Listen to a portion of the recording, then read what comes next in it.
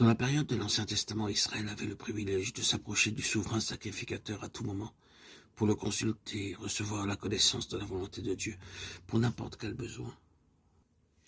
Nous avons aussi vu comme, dans cette période de l'Ancienne Alliance, le souverain sacrificateur Élie était devenu sourd spirituellement.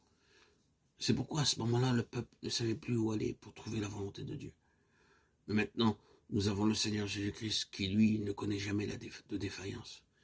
Il est le Sauveur et le Seigneur immuable. Il est le même hier, aujourd'hui et éternellement. C'est lui qui est désormais notre Urim et notre Tumim, et nous pouvons nous approcher de lui pour recevoir conseil, direction et connaissance de sa volonté.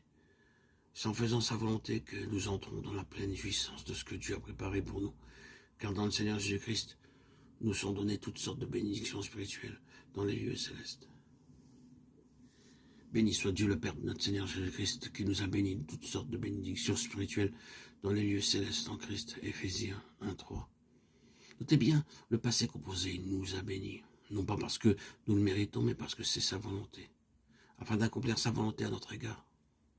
Il a pourvu en accumulant pour nous toutes sortes de bénédictions spirituelles dans les lieux célestes. Vous découvrirez que plus vous êtes disposé à faire la volonté de Dieu, plus vous recevrez de lui tout ce dont vous avez besoin. C'est pour cette raison qu'il nous faut apprendre le secret de la découverte de la volonté parfaite, claire, nette et précise de Dieu à notre égard. J'aimerais que vous gardiez dans votre mémoire 3 choses importantes.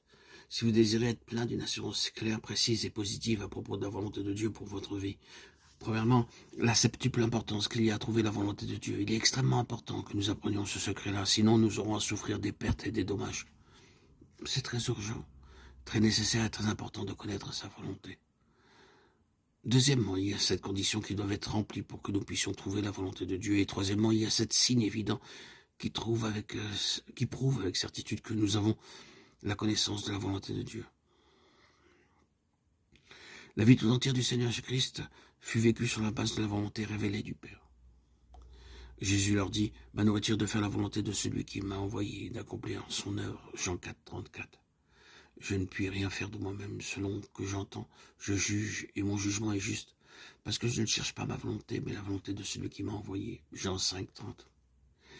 Car je suis descendu du ciel pour faire non ma volonté, mais la volonté de celui qui m'a envoyé. Jean 6:38.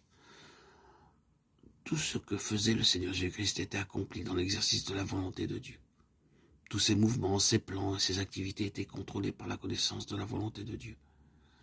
Si quelqu'un veut faire sa volonté, il connaîtra si ma doctrine est de Dieu ou si je parle de mon chef. Jean 7:17. Ça veut dire que notre connaissance claire et nette du but que Dieu a en vue en nous sauvant dépend de notre capacité de connaître et de faire la volonté de Dieu. Ce n'est pas par la connaissance du grec ou de l'hébreu ou par notre intelligence ou notre sagesse naturelle que nous pouvons connaître la volonté de Dieu.